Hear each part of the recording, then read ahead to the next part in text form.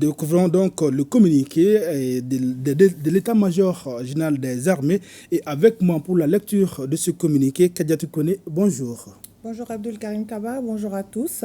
L'état-major général des armées informe l'opinion nationale que les femmes ont engagé depuis le 19 juillet 2024 une vaste opération de stabilisation dans les secteurs d'Inafarak et de Tinzawaten.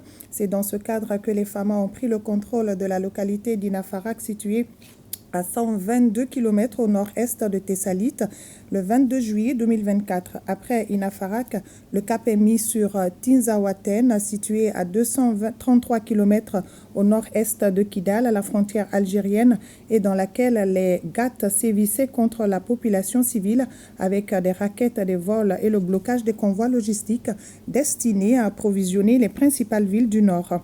Le jeudi 25 juillet 2024, les FAMA rencontrent une première attaque terroriste. Leur vive réaction permet de repousser cette attaque et d'infliger de lourdes pertes humaines et matérielles à l'ennemi.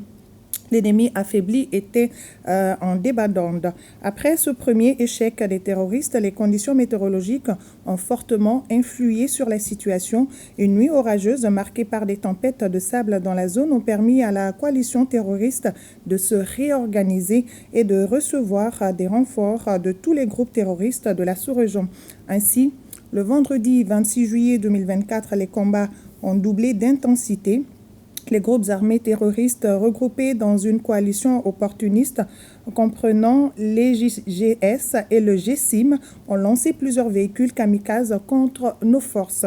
L'unité FAMA a été encerclée par la coalition des forces terroristes du Sahel et de violents combats se sont engagés avant l'arrivée de renforts.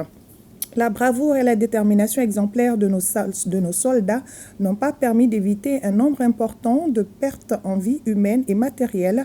Nous tenons à souligner que cette situation ne saurait remettre en cause la dynamique d'exercice de l'autorité de l'État sur l'ensemble du territoire national, comme matérialisé par la prise de contrôle d'Inafarak. Nos soldats engagés dans cette opération d'envergure ont démontré une fois de plus leur dévouement et un grand sens du devoir lors de ces batailles qui imposent le respect et la fierté. Nous leur exprimons notre reconnaissance infinie. Les FAMA prennent pleinement et en toute responsabilité la mesure de cet événement et procèdent actuellement à une analyse détaillée des événements pour en tirer toutes les leçons nécessaires et réadapter leur stratégie de sécurisation et de stabilisation.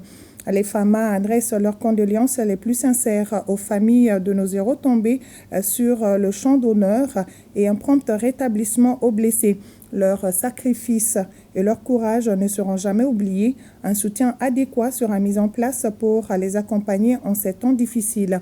Enfin, l'état-major général des armées assure la population malienne que cette épreuve a renforcé plus que jamais la détermination et l'engagement de nos FAMA. Tout en nous félicitant du soutien constant du peuple malien, nous demandons aux braves et paisibles citoyens de rester sereins et de continuer à transmettre les précieuses informations qui nous permettent de vaincre les ennemis de la paix. Unis, nous vaincrons. Voilà Abdul Karim Kaba. Merci bien, Kadiatou Kone. La suite